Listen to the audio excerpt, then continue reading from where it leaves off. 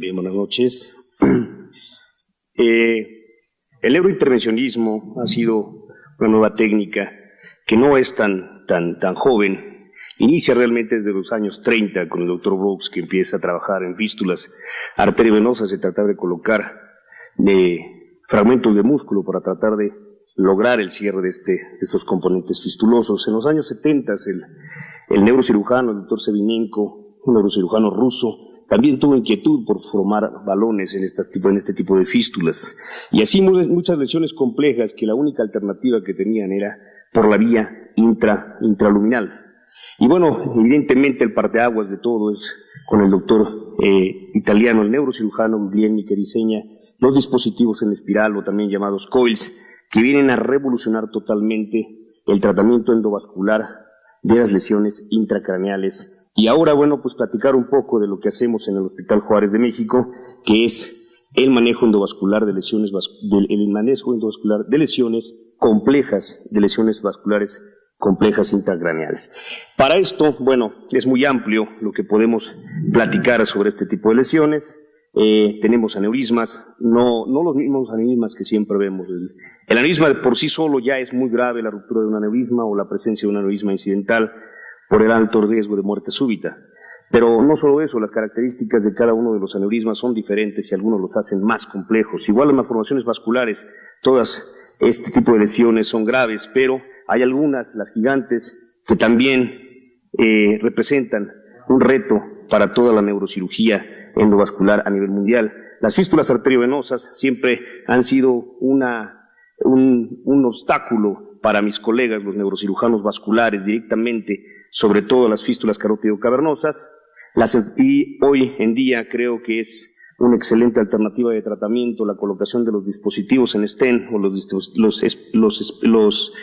cilindros mallados, que son los stents autoexpandibles a nivel de la enfermedad carotidia. Por supuesto, la revolución a nivel mundial, que es el evento vascular cerebral en agudo antes de 4 horas, con dispositivos en stent que pueden extraer el coágulo fresco, como les decía, en menos de 4 horas.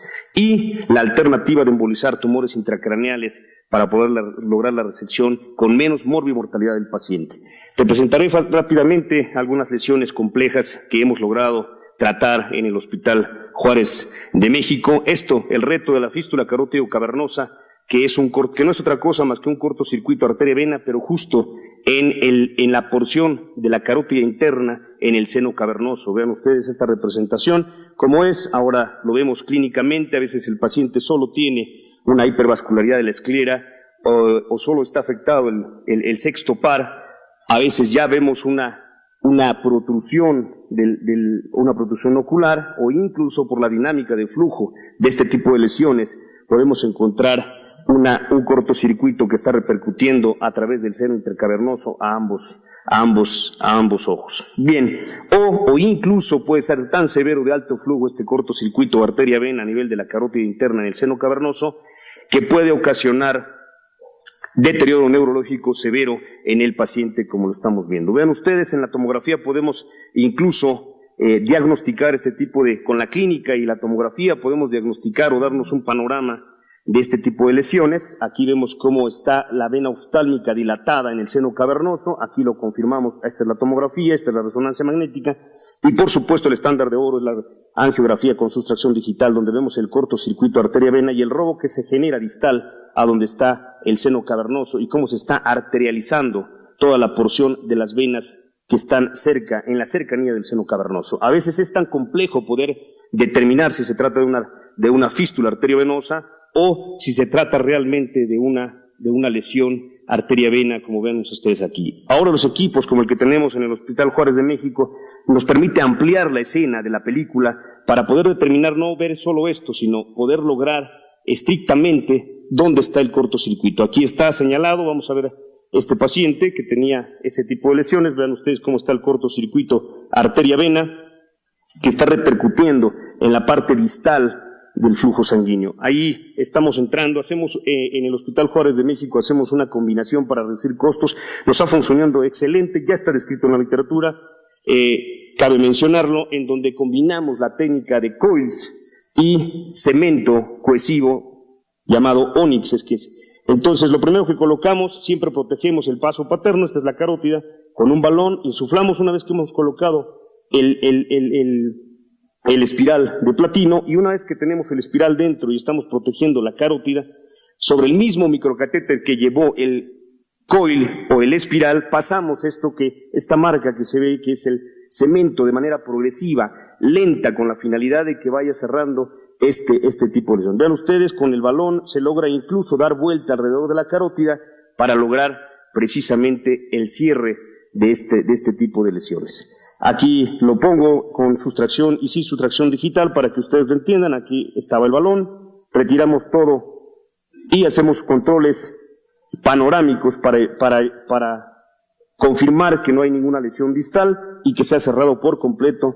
ese cortocircuito arteria-vena. Este es el resultado en el primer mes, en donde se está disminuyendo ese flujo que tenía, que se ha disminuido ese flujo. Este es el control a 3 meses y este es el paciente a los 6 meses. Ese es uno de los retos que siempre ha existido en la neurocirugía, las fístulas carótido-cavernosas. Por supuesto, otro reto dentro de la neurocirugía ha sido cómo tratar diferentes tipos de lesiones aneurismáticas. ¿Por qué? Porque no tenemos las lesiones aneurismáticas, aparte de ser con mucho riesgo de muerte súbita, pues son caprichosas, todas tienen, cuando son incidentales y se logran determinar o se logran diagnosticar oportunamente, encontramos a veces lesiones complejas como estas, o a veces lesiones que están dentro de una porción ósea o dentro de una porción del seno cavernoso. Ven ustedes aquí cómo está también un aneurisma gigante dentro del seno cavernoso.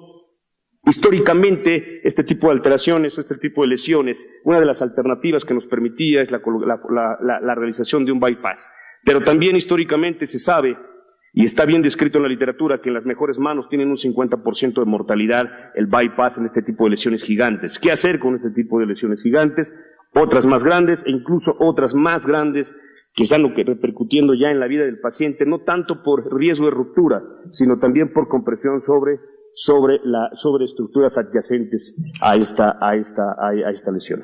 Bien, ¿qué hay ahora? Ahora tenemos las endoprótesis, que es cierto, vienen del desarrollo de nuestros colegas cardiólogos intervencionistas, que vienen de ese stent que se inició, que se liberaba con balón. Después, la otra generación que vino a nuestros stents neurológicos, que fueron los autoexpandibles, y ahora tenemos estas cosas que se llaman endoprótesis diversoras de flujo, que tienen una celda tan cerrada como para desviar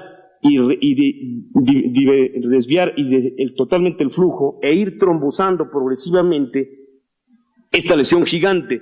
Pero, acuérdense, aquí tenemos perforantes dentro de la arquitectura vascular intracraneal y no podemos poner endoprótesis completamente cubiertas. Entonces la celda tiene que ser, repito, tan cerrada para desviar el flujo, pero tan abierta como para permitir el flujo dentro de las perforantes. Este es Pipeline, que es el primer dispositivo en el mundo que fue aprobado por la FDA. Después vemos al lado ASIL, que es otra opción, también aprobado por FDA. Existen otros 2 que aún no se han aprobado por FDA, pero están en estudios y creo que tienen buenos resultados. Habría que perfeccionar algunas cosas de ellos, pero son alternativas. Ese es el primer caso en México que se pone con este dispositivo Pipeline, que les decía que es aprobado ya por FDA. Vean ustedes, es una endoprótesis totalmente diferente al resto de sus primos stents. Este se debe de ir colocando lentamente. Habitualmente un stent neurológico, un stent cardiológico se coloca en 5 segundos, en 6 segundos. Este se coloca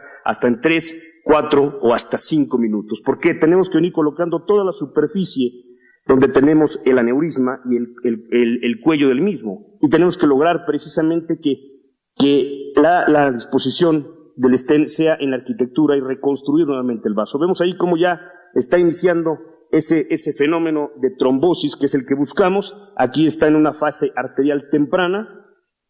Esta es una fase arterial normal, y en una fase arterial tardía vemos esa imagen de media luna que ya inicia la trombosis progresiva, no inmediata, pero sí progresiva, de este tipo de lesiones. Este es el control a 2 meses, vean ustedes, de un aneurisma gigante que se ha ido cerrando y se ha ido trombosando progresivamente, y sobre todo quita efecto de volumen sobre las estructuras adyacentes, que eso es lo más importante en este tipo de lesiones. Este es el control o en la angiografía diagnóstica. Este es el control a 6 meses, prácticamente cerrado el aneurisma y refortaleciendo la estructura de un nuevo vaso en la endotelización del mismo a la altura de todo la endoprótesis endovascular. ¿A dónde vamos nosotros como hospital, el Hospital Juárez de México? ¿A dónde ha apostado? ¿Dónde realmente hemos luchado? Bueno, este tipo de lesiones que somos centro de referencia nacional, como decía el doctor Liceaga, somos centro que nos llega a todos los pacientes ya vistos por muchos hospitales. Estas son las malformaciones arteriovenosas gigantes. Y gigantes hablo porque dentro de una clasificación que existe de maestro Spessler-Martin,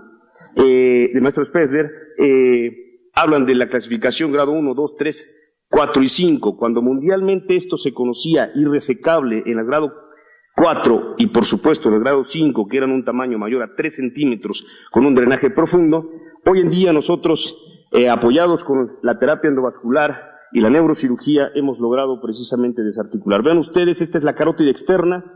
Es el mismo paciente, por supuesto, la carótida externa, la carótida interna y la circulación cerebral posterior. Son lesiones tan grandes que llenan por todo. Voy a ir un poco rápido. Estas son lesiones, vemos por todas. Aquí estamos rápidamente colocando una cateterización selectiva. Identificamos cómo está entrando el medio de contraste, confirmamos que estamos dentro. Está entrando el ónix, que es el cohesivo, dentro de la malformación de manera progresiva. Hacemos 2, 3, 4 o si es necesario hasta 5 embolizaciones o 5 sesiones de embolización para lograr el objetivo de desarticular completamente este tipo de lesiones.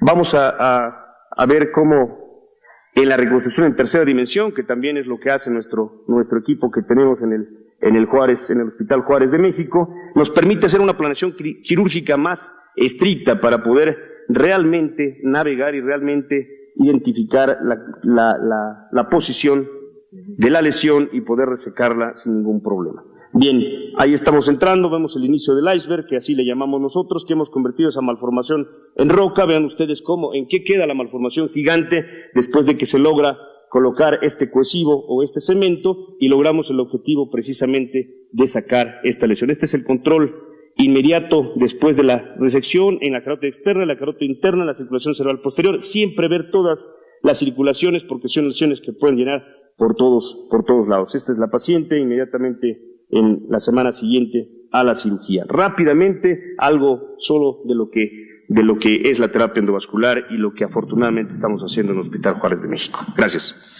Lo que podemos platicar sobre este tipo de lesiones.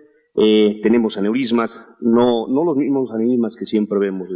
El aneurisma de por sí solo ya es muy grave, la ruptura de un aneurisma o la presencia de un aneurisma incidental por el alto riesgo de muerte súbita. Pero no solo eso, las características de cada uno de los aneurismas son diferentes y algunos los hacen más complejos. Igual las malformaciones vasculares, todas este tipo de lesiones. Bien, buenas noches.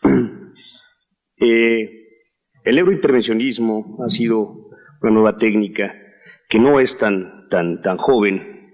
Inicia realmente desde los años 30 con el doctor Brooks, que empieza a trabajar en fístulas arteriovenosas y tratar de colocar fragmentos de músculo para tratar de lograr el cierre de estos componentes fistulosos. En las lesiones son graves, pero hay algunas, las gigantes, que también representan un reto para toda la neurocirugía endovascular a nivel mundial. Las fístulas arteriovenosas siempre han sido un obstáculo para mis colegas, los neurocirujanos vasculares, directamente, sobre todo las fístulas carótido-cavernosas, y hoy en día creo que activos en espiral o también llamados coils, que vienen a revolucionar totalmente el tratamiento endovascular de las lesiones intracraneales. Y ahora, bueno, pues platicar un poco de lo que hacemos en el Hospital Juárez de México, que es el manejo endovascular de lesiones, complejas, de lesiones vasculares complejas intracraneales.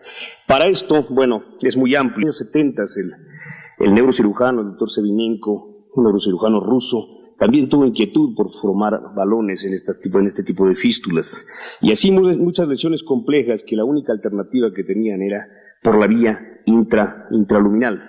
Y bueno, evidentemente el parteaguas de todo es con el doctor italiano, el neurocirujano Guglielmi, que diseña los dispositivos